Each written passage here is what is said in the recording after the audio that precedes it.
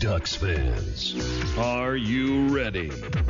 You are listening to the Ducks and Pucks podcast with your hosts, Mike Walters and Eddie Jones. This is the #1 home for Anaheim Ducks talk and analysis. Here we go.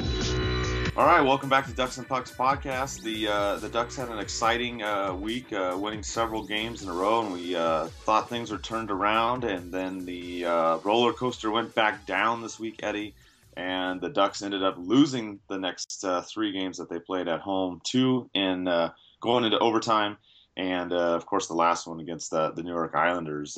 We'll get you caught up on all those games. We got some fan questions, some injury news, some call-up news as well, and some other stuff going on later this month that we'll be talking about. But let's get to the homestand, Eddie. This is frustrating, but the Ducks, played 3 games, came away with 2 points. They first started out against Arizona. They looked good in the beginning. Stewart getting a power play goal and Kessler getting his first goal, but Ducks could not hang on in this one and ended up battling it out and going to overtime and losing, Eddie. Yeah, and this eerily looks like last season, but I mean, last season we'd be able to come back in the third period and win the game. So that's the difference. And we talked about this again last season. We said, what if they weren't able to come back and win these games in the third period? And we never had to say, oh, look, they're not doing it. This year they're not doing it. This year they're not coming back. They're not being able to rally in the third period and even in overtime and win games. And they did score a goal in the third period this game, but they end up losing the game on a sloppy play. And you don't want to say this whole game was lost because of Ryan Getzlaf. I mean, the overtime period was lost because of Ryan Getzlaf. I mean, that pass leaves it out there thinking Perry's going to be there and probably goes in. But this game doesn't even get to that point if the second period isn't so terrible. Yeah, and that's the thing that was difficult that day. After that game, of course, everybody basically just was going off on, not everybody, but a lot of people were going off on Ryan Getzlaf. And yeah, it was a bad play and he knows it. And I mean, is what it is. And like you said, though, you got to go back to the second period and you look at the 3 goals that were given up in there. One of them, Anderson wanted to have back, the 5-hole goal that, basically was unscreened. He should have made that save. And then you had the late, goal, Dome again. He had 2 goals in that second period, and he's just gone, him and Declare have just gone nuts when they played the Ducks, scoring 6 or 7 goals in the 2 contests that they've played. And that one was kind of a backbreaker, Eddie. I mean, it was 2-2 at that point. They get another one with 7 seconds to go. But, the Ducks did come back and play better in the third. Sammy Vatanen made a nice give-and-go play, tied up the game. The Ducks also had a 5-on-3 power play for 53 seconds and, a couple 5-on-4s before and after that. A little over 3 minutes of power play. And that, to me, was kind of the backbreaker there for the Ducks because they had that power play time late in the third and they could not get the go-ahead goal there, Eddie. Yeah, and the chances they're getting on the power plays weren't good, and even the chances in the game, they outshot Arizona 36-28, and usually when you outshoot a team by 8 to 10 shots, you expect to have more scoring chances or more quality scoring chances, and you can't really look at the Ducks and say, oh, they had 5 to 8 quality scoring chances in the game, and that's something we've seen a lot of this season where the Ducks have outshot teams, and they haven't had too many quality scoring chances. A lot of the shots have been outside and just kind of tossing it on net. Yeah, you're absolutely right. They've been getting more shots, but not the quality ones. And that's basically what happened when they played Edmonton on Wednesday, which was a military appreciation night. The Ducks again started out strong. They got a power play goal by Corey Perry, and they ended up losing this one. It was a seesaw battle in the third period. The Ducks tried to pull away twice, and Edmonton responded within minutes each time.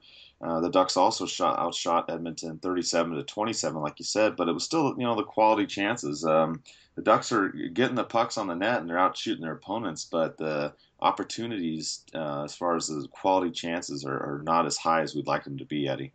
No, and a little bit of a bright spot in this game that we saw was obviously Corey Perry getting 2 goals and continuing a better spot in a part of his season compared to the beginning of his season as well. And the power play did click as well with Perry getting that first goal on the power play. But the second period again, well, it wasn't terrible. I mean, Draisaitl did score on the power play, and there wasn't much that Anderson could do on the goal. I mean, a great pass from Pouliot over to Draisaitl, and a one-timer that pretty much no goalie could stop. And then a wild third period where 2 goals a piece per team, and then just a bad line change in OT, and it's difficult with 3-on-3. You make a bad line change, it affects you more, and no defense to cover back for Purcell, and he makes them pay on the breakaway.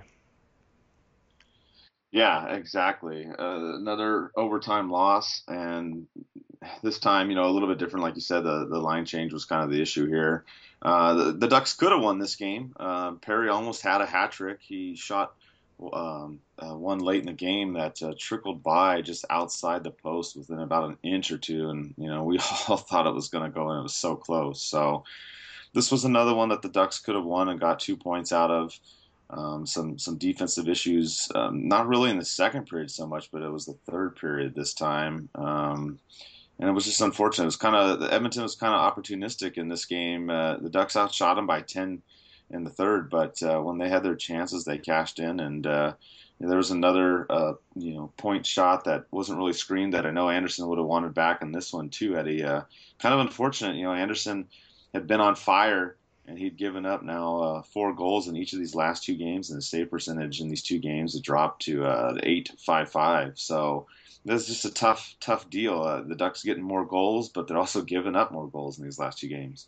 Yeah, and normally we'd see games like this where Anderson would still have a strong game, and the goals that were scored against him, there's nothing he could do. And there are a couple goals like that, but there were ones that he'd want back, and ones that a goalie should really be stopping. Domi's second goal for sure, with seconds left in that second game, and a couple in the Edmonton game as well that he'd want back. And after the start he had to this season, I mean, we all thought he could do no wrong, and eventually, you can't rely on your goalie every game, and the Ducks finally scoring goals, but now they're having a problem keeping out of their own net. So, obviously a tough first 2 losses, but I guess on the bright side, you still pick up a point in each game.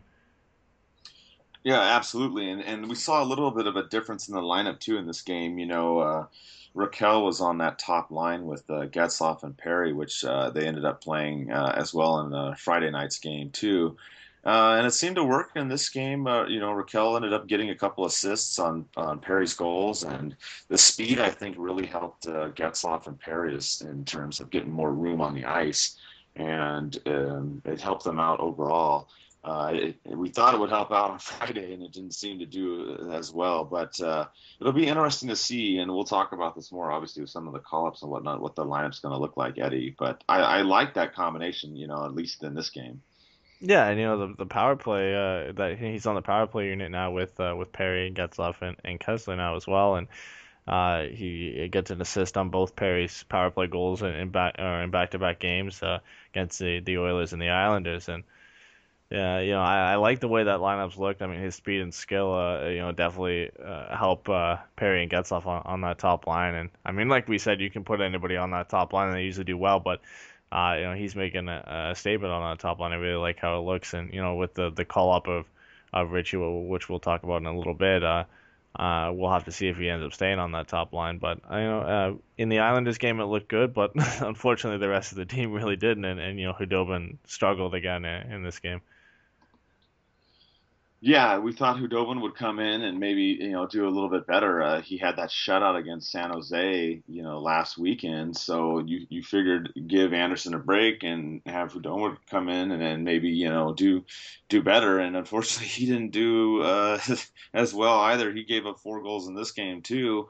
And I know the second one, especially, probably would have wanted that one back. That was kind of the weird play with Boychuk taking a point shot, which hits Clutterbuck actually in his back, and the puck ends up falling on the ice right in front of him, and he shoots it between Hudobin's glove and leg pad, just barely squeezed in there, and that was kind of a killer at that point in the game. It had made the game 2-0, but like you said, Perry, came back through in the power play on the mad scramble with the puck. I really thought the Islanders were going to get called for delay of game because I can't remember who it was, but somebody was on the ice just trying to sit on the puck, and it ended up coming free to Perry, and he whacks it once, doesn't get it, goes for the second one and gets it.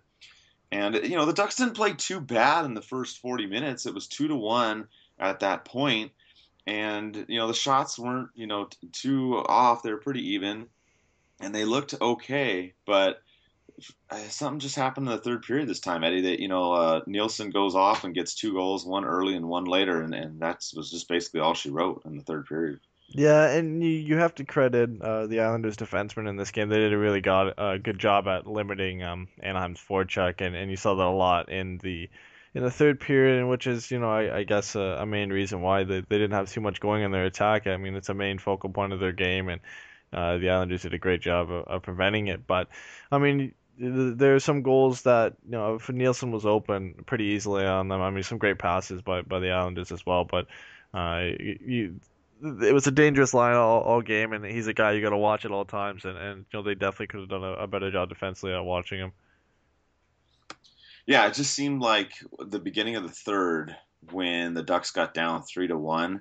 I don't know. It just seemed like the momentum or the energy out of the team kind of went out of the air at that point, Eddie, because the rest of the period they tried to get in there and score and do what they had to do, but it seems like this team, and we talked about it.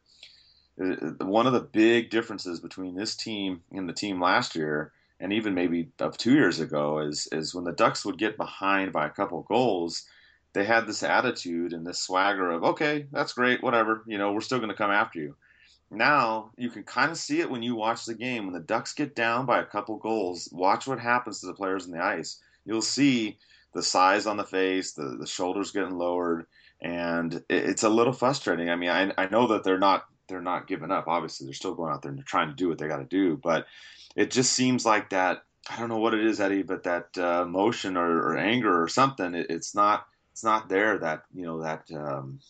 That belief that they're going to come back and win. It just kind of seems to be missing, Eddie. Well, and there's another team that's kind of struggling with the same thing this year. Calgary is a team, and I mean, a lot of people expected them to not have as good a year as they did last year, and but they're a team that relied on comebacks in the third periods a lot last year, and they're not seeing that happen this year. And the Ducks were the main benefactors from that last year, and we're not seeing that at all really this season. And that was something we worried about all last season, is if this would stop. And like I mentioned earlier in the podcast, that it has stopped, and now they're not winning as much games, so they're gonna have to play a good first 40 minutes in almost every game, and keep the second periods clean, because that was an issue last year and it's still an issue this year. Yeah, because on the positive side, the Ducks are going out and they're outscoring their opponents in the first periods. In all these games, there was a stretch there where they had outscored their opponents. It was like 8 or 9 to nothing in the first period in these games, until the game against the Islanders. That's when the Islanders actually scored in the first period. So the Ducks were on this roll, getting out ahead in the first period, or being tied, but getting, for the most part, getting ahead early in the second, and then the second period going down. So like you said, that's another big issue too, is the Ducks can start out fine and they can get that lead, but they can't keep the lead. And then if they do get behind by a couple, then it's frustration time. So something's got to go in the second period. I don't know what the solution is. I asked Dan, and they talked about on the radio about the second period, the long change.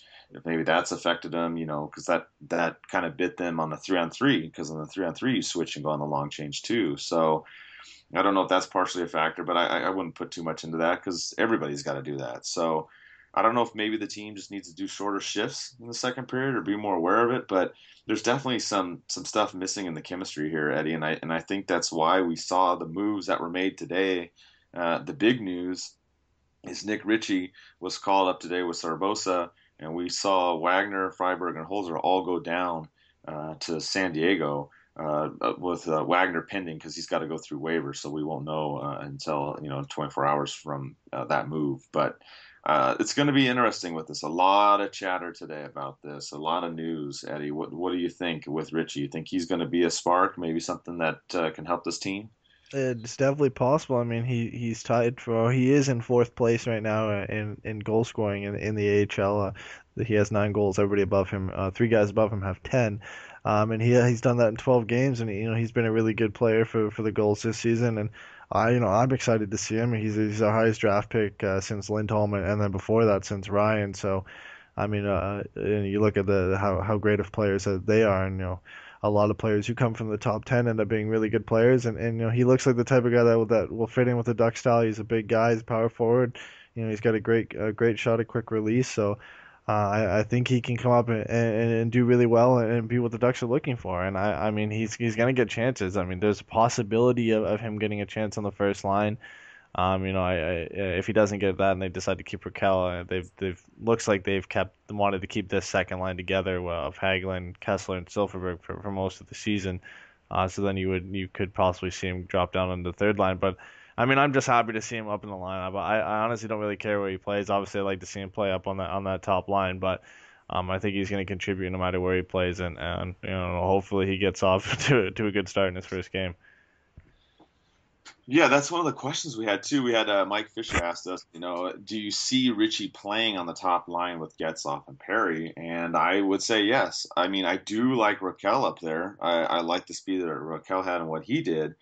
So can we see him up there? Definitely. I mean, there's a very strong possibility that on Monday against Carolina, you see him thrown out there on the top line.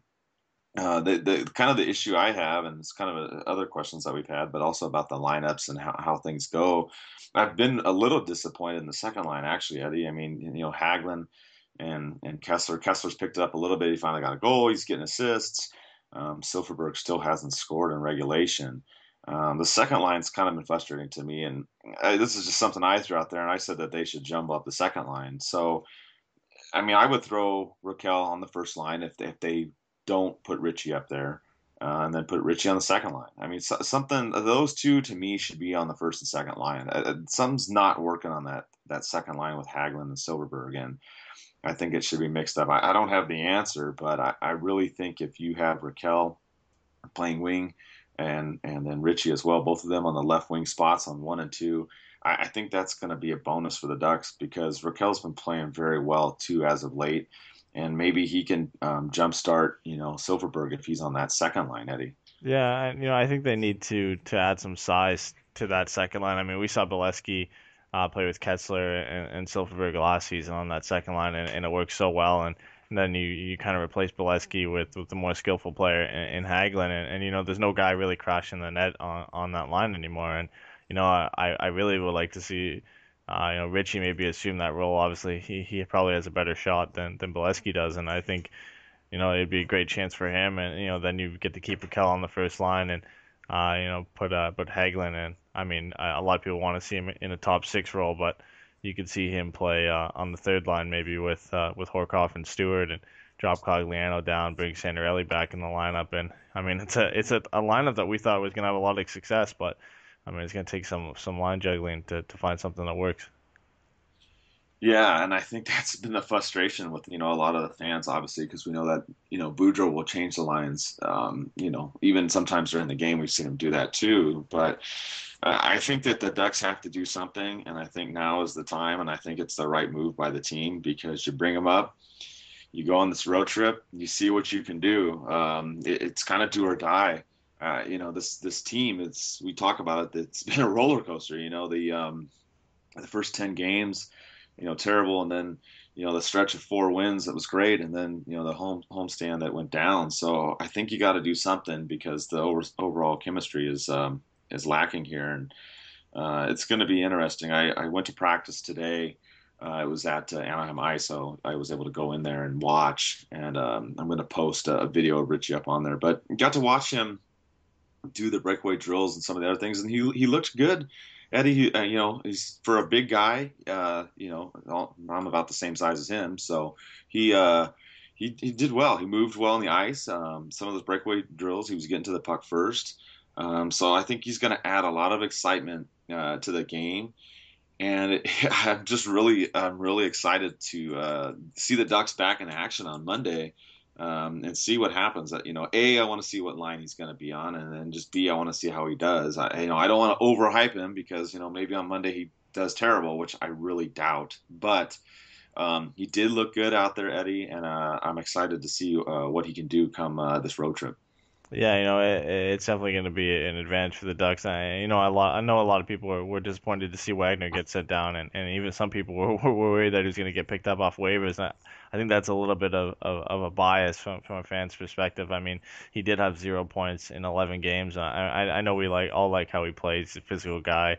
He goes out and pretty much plays the fourth line style of game, but I think if he wanted to keep his spot, safe from some of the guys like Ritchie and Sgarbossa who are doing well in the AHL, he had to pick up his game offensively, and not having a point is definitely a reason why he got sent down. But again, it's going to be a reason why he doesn't get picked up either on waivers. I don't see many teams picking up a guy who's played fourth line for most of this, if not all the season this year, and put up no points. So yeah, nobody really has to worry about him getting picked up. No, I think he'll be okay. I think you're right. I mean, obviously, we love watching him check people. I always try to, when the games are road games, I try to throw the videos up on social media because we all get excited when he crushes somebody. So obviously, that part of the game, there's no issue. But like you said, yeah, offensively, there's really nothing going on there. So hopefully, he just clears the waivers and goes back to San Diego. And that kind of brings us to some of the other player news and whatnot that's been going on. I saw Nate Thompson out there today at practice, and he skated extremely well. Granted, I only saw the second half or last third or so of the practice, but he looked really good, and it kind of makes you wonder when he's going to come back. The original timetable was mid-late December, so he may be coming back sooner. There's not an exact time, but he looked good out there, Eddie. He was moving fast. He was doing all the drills. And he looks good, so that's a good sign for the Ducks. It looks like he'll return soon. Simone Prey was out there today, but before the skate on his own. He did not skate with the team, so he wasn't out there for that. And the Ducks finally did announce today that he had a concussion, which we did talk about that before, but we didn't want to make it official. So now it's official. That's what's going on. He's been having the head, neck type, issues, but it was good that he got on the ice today, Eddie. So that's kind of what's going on with those two players right now. Yeah, and it's obviously glad to hear that the Thompson's skating well. I mean, just having shoulder surgery in the off season was a big issue for him, and the first time he's had surgery in his career, and not getting to start the season on time, and they're all issues for him, and he's going to have to get back in time. And again, with shoulder surgery, it's not a surprise to see him skating well. It all depends on how well he can take contact right now. He's going to play center most likely, so how badly it affects his draws if he's able to shoot the puck. So I think that's some more things. At least he's practicing, so we'll be able to see how he advances in those aspects of his game, and how lead us to see how close he is to coming back. Yeah, and it's going to be interesting too, especially on the defensive side as well, because they sent down Holzer, so now we've got 6. We've just got Stoner, Vatanen, Fowler, Lindholm. We don't have Dupree back in there. And it kind of brings us, to another question too that another buddy Tyler asked about the defensive pairings with Stoner and Vatanen being the pairings, and how it's kind of been problematic. You also have Manson still in there too as well, and Bieksa. So the Ducks are going with these 6 guys in this next week or two. It kind of leads to the question of, do you keep the pairings the way that they are? And I guess maybe another issue, a secondary one, not mentioned by Tyler, but kind of it begs to bring the question is, do you bring up somebody? Do you bring up a Montour or a Theodore next? Because the Ducks are going to go on this road trip with 6 defensemen, Eddie, and no 7th one, are ready to go. I mean, they can bring somebody up if they had to, but I'm kind of curious if somebody gets called up in the next couple of days defensively. Yeah, I think that's what they'll do. I mean, Montour's having a good season, and they don't want to strip all their players out of the AHL and not even play them. I mean, Ritchie's going to come up and most likely play. Sgarbossa, I'm not too sure. I mean, Santorelli sat out last game for Friberg, so you would expect to see him back in, and maybe Sgarbossa sits, or maybe he plays and Santorelli sits out again. But if you bring up a defenseman, you're going to have to bench somebody, and I don't think we see Manson sit. Stoner's another guy I don't think we see sit either. So you bring up one of those guys who are performing well, then you have the issue of them not playing, and you'd rather play them and get some game time. So if anybody gets called up, it's Holzer might get recalled, a veteran might get called up, something like that.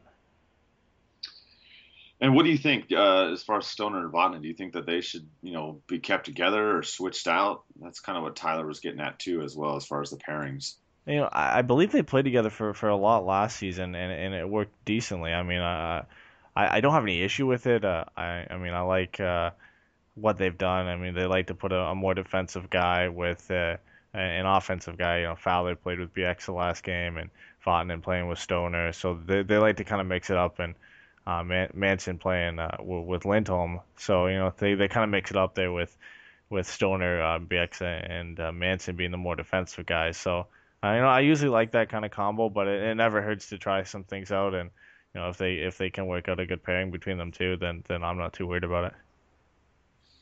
Yeah, the defense, the pairings I haven't been stressed out about either. I just think overall they didn't play as well this stretch of these last 3 games, kind of as a unit. Eddie, even there was one play in there where Manson had a turnover that led to a goal. So even he's not immune.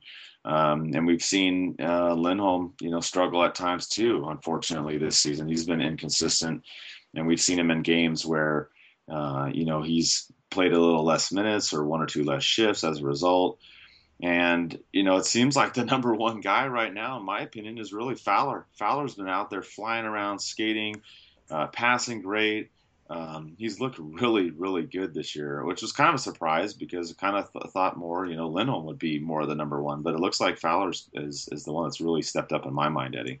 Yeah, Lindholm at the beginning of the season he started off really well, and he struggled a bit lately. Was benched by Boudreau and really hasn't bounced back particularly well. He does have 6 points in 17 games, and so does Wagner, which isn't a terrible start either. But Fowler does have less points than them, but I think he's always been a good skater. I think he's been pretty pretty good defensively as well. And I mean, I don't really like the plus minus stat either. And you look at it and.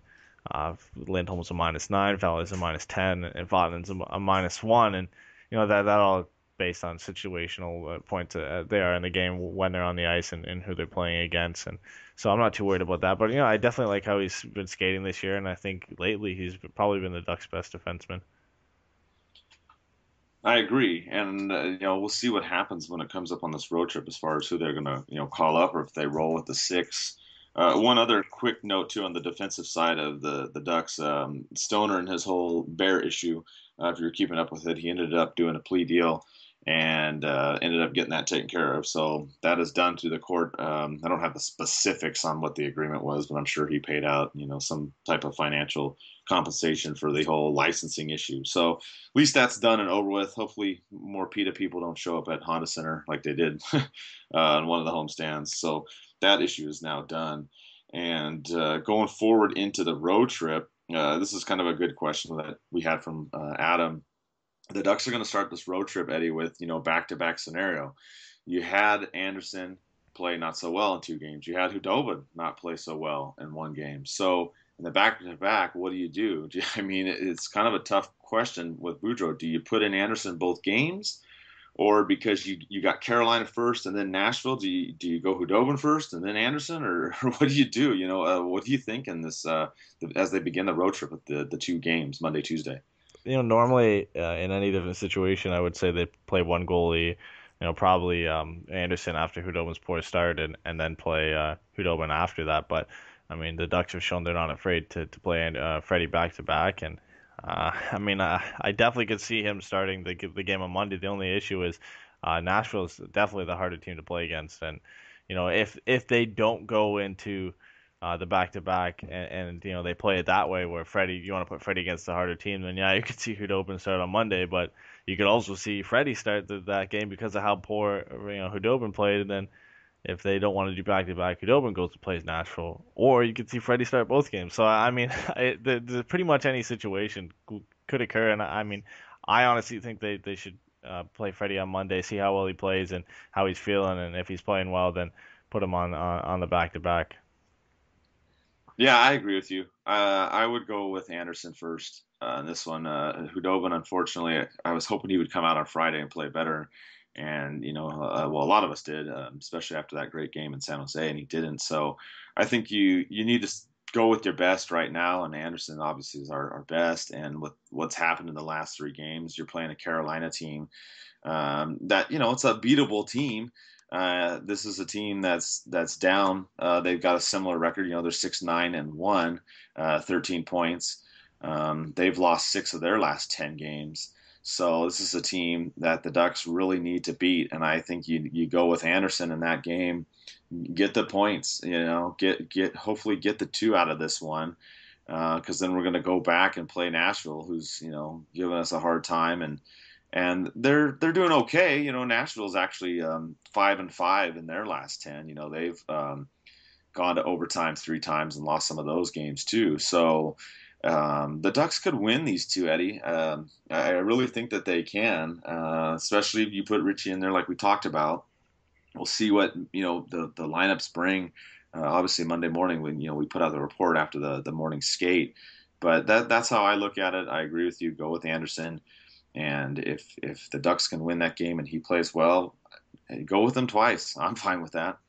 Yeah, and I mean, against a Nashville team who's showing on some nights they can be unstoppable. I mean, tonight they're beating up Winnipeg 5-0. So I mean, if Freddie has a good game on Carolina, I definitely want to see him play against Nashville the night before. And both teams, like you said, haven't been doing amazing as of late. Nashville's still sitting 4th in the Western Conference, so that's the benefit of them having a great start to the season and still playing consistently well. And those are 2 games you're going to need to pick up points. I mean, definitely you would want to go into Carolina and win that game. I mean, they're not a great team. Goaltending is still an issue for them. Eddie Lack and Cam Ward aren't 2 great pairings. I mean, it's not terrible, but you would expect them to go in there and pick up points. And Nashville is definitely going to be a tougher game. And they've split the 2 games they played against them so far this season. But if they go on there and get at least 1 point, that'd be better than going out and losing the next 2 and having a 5-game losing streak. But then you got to think that they go into Florida in the next 2 games and play the Panthers and Tampa Bay, and that's going to be tough too. Yeah, you're right. I mean, the Panthers gave us that tough time, which the Ducks were able to rally in that. If you remember, that's the game where Perry got jump started, basically got that late goal, and the Ducks ended up going on a tear there for a little while. So that's another game that they could win. Florida's not doing as well. They're 6-7-3. So it's a team that the Ducks can beat. They've lost 7 of their last 10, at least at this time that we're recording. So that's another game that they should win. But obviously, from what happened last time, it was a nail biter. So it's going to be a difficult game. And then the game against Tampa is going to be, that one's going to be a really big test, Eddie. I mean, Tampa Bay's played good, the season. I mean, they've only got a 500 record right now, but, they're always a tough team. You can't count out Stamkos and that whole team. I mean, going all the way to the Stanley Cup last year, that's going to be an intense game to finish this 4 games this week.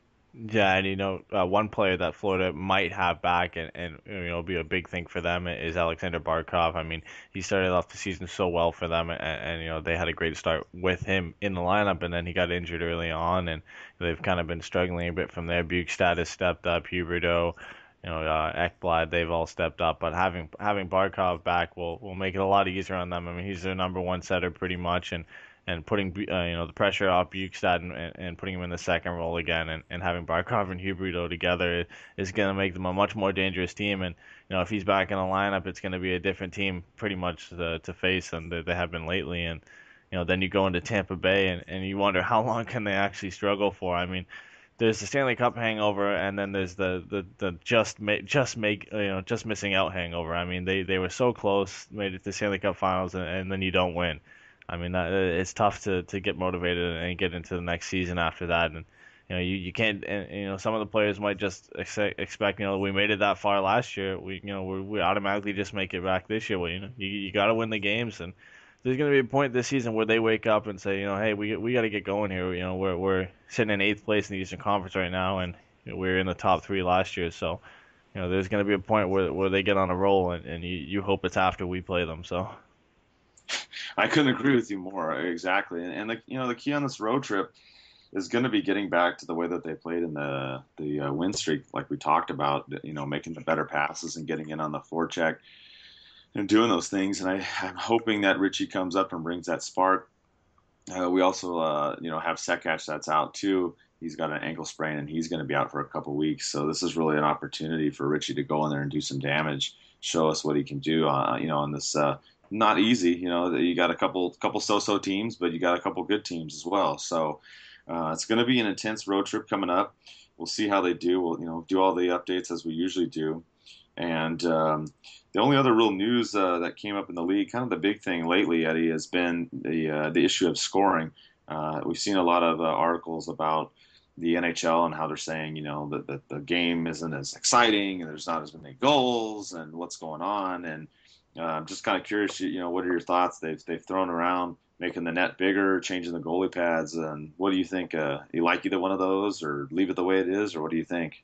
I don't know statistically how much scoring is off compared to other years, but I mean I just watched a game the other day where Nashville beat up on Ottawa 7-5. I mean I don't see scoring as being too much down in when you see games like that, but I mean changing the net size is something I wouldn't want to see. I mean after you change the net size, you got to look at any of the records before the net the nets were made bigger. If those can even apply after that, I mean, you have to essentially rewrite the history books after you change the net size, and if goal scoring is so much easier after that, scoring on a bigger net, it's hard to compare the two eras that would be created. So I think the only other option after that, and the one that's been talked about mostly lately is making the goalie equipment smaller, and it's something that's been brought up year after year. And I mean, the goalies come out and say they need the size, the size of their pads and their gloves and the blocker and everything for safety. But I mean, it gets to a point where it's just ridiculously big. I mean, some of these guys look massive than that, and they're only 6'2", they're only a little bit bigger than the players, and they're standing there with like triple XL jerseys and double wearing two pairs of shoulder pads, a massive chest protector. I mean, it gets to a point where you can minimize the size and safety's not an issue. I mean, you get players out there now that almost everybody on the team blocks shots. You used to have a time in the NHL where there was like 2 or 3 guys on a team designated to block shots, and now almost the whole team does, because the quality of the equipment and the safety it provides is only increased. And the goalies can't rely on saying that their big equipment is for safety anymore. And I think the most realistic option is just shrinking it down a bit, and once you do that, it'll weed out some of the goalies who are relying on the big equipment for the more athletic goalies who essentially reign supreme in the league, and you'll see a lot more goal scoring. Yeah, I agree with you, and I think it was a telltale sign too. There was an article, I can't remember who put it out, but there was one with Jonathan Quick talking about the pads and the little things that they do.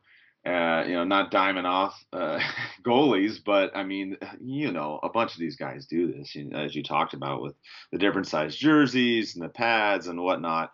So there's definitely room to have that. Maybe even if they don't shrink it down, Eddie, maybe they try to monitor a little bit better. I know that that's not always the best case. I mean, I don't think they need to line up the pads before every game and measure them, but there are some things that they can do, and maybe put in some maybe a little bit tighter restrictions or whatnot. Because like you said, there isn't really a need to have a super huge jersey or a pad, especially with everybody blocking shots. And, the old school days, the net used to not come off the moorings. They had it set up to where when players, crashed into the net, they would get injured. So now, the goalies, they don't have to worry as much as far as the safety issue, really, because the players, when they go towards the net and whatnot, they're not just going to go at them as much. I mean, even with the net that can come off now, I don't really see it being as much of a safety issue, especially because with goalie interference now, it seems like the refs are a lot more on top of those types of plays, and they're calling those penalties a lot more, and also the trapezoid rule as well affecting that. So I think it's, like you said, it's not as big of a safety concern as it really should be. Yeah, and I'm just interested to see the transition period, if it eventually happens, where it weeds out the goalies who've been relying on it. I mean, you look at these big giant goalies in the league. You look at Pekka Rinne and Ben Bishop, goalies who are right now we consider elite, and you imagine them with smaller equipment and how it would affect their ability to stop pucks. I mean, I can only imagine shooting at Ben Bishop and trying to find a hole on that guy with the size he is already, and then the size of the equipment is. There's not many holes that you're gonna find on a goalie that size, and it's going to be interesting to see that period in between. A lot of the more athletic goalies are it's not going to affect them as much. Goalies who can flop around.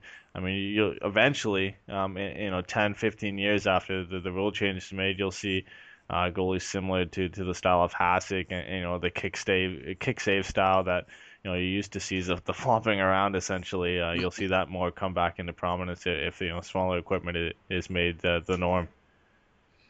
Yeah, it's going to be interesting. Something to keep our eye on. Maybe not this season, but off season come next year, and obviously we'll keep everybody updated on that. It's going to be something to watch. But I don't see a problem with the goal scoring in the league. Another kind of a quick update too is when there's road trips, Eddy and I have been doing post game shows, and we plan to do some for you this week on some of these games and put out the notices and whatnot. But for those of you that haven't seen it yet, we did a couple of them already. And it's on a website called Blab, and it's blab.im. You can go on there, you sign in with your Twitter account.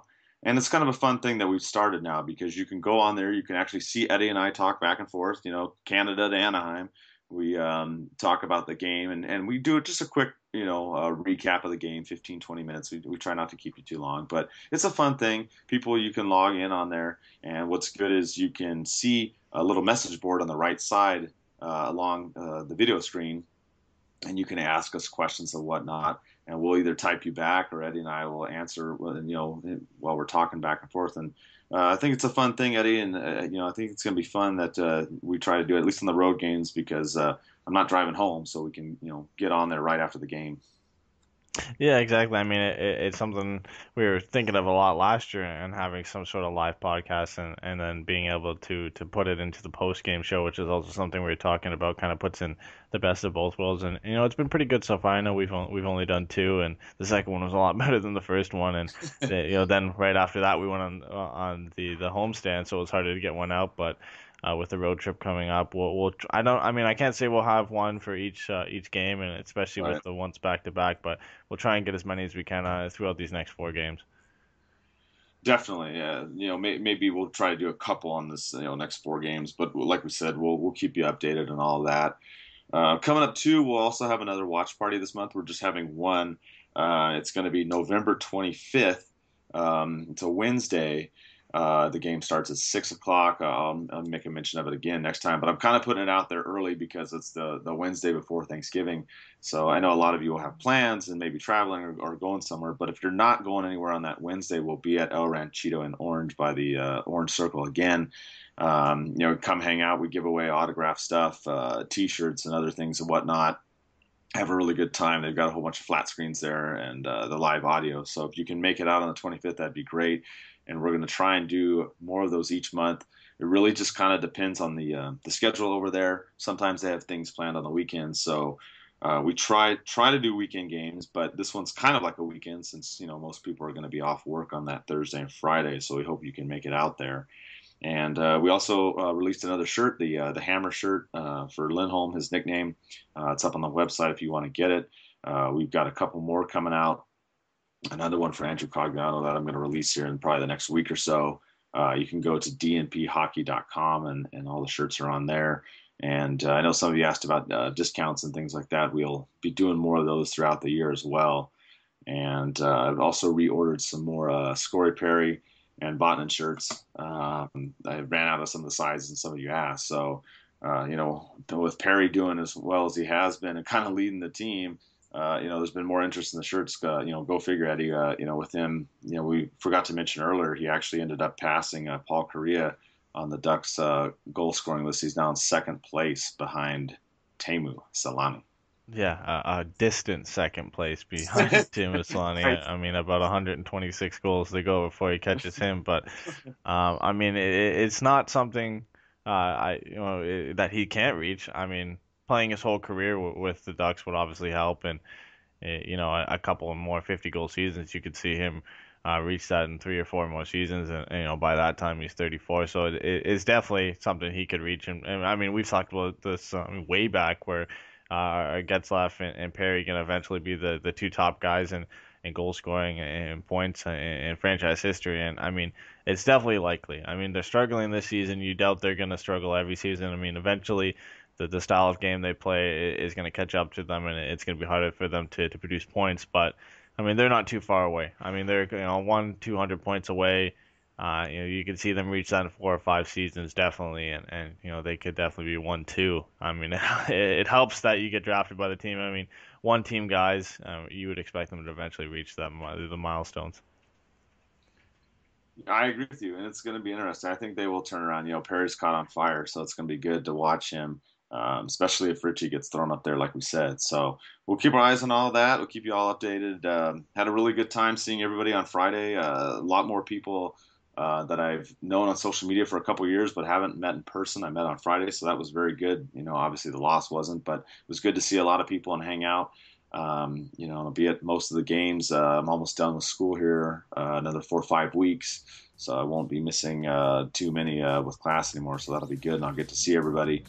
And like we said, we'll do more post-game shows and keep you updated, and more good things to come, at least from us on our end, Eddie. And we'll see you all next week.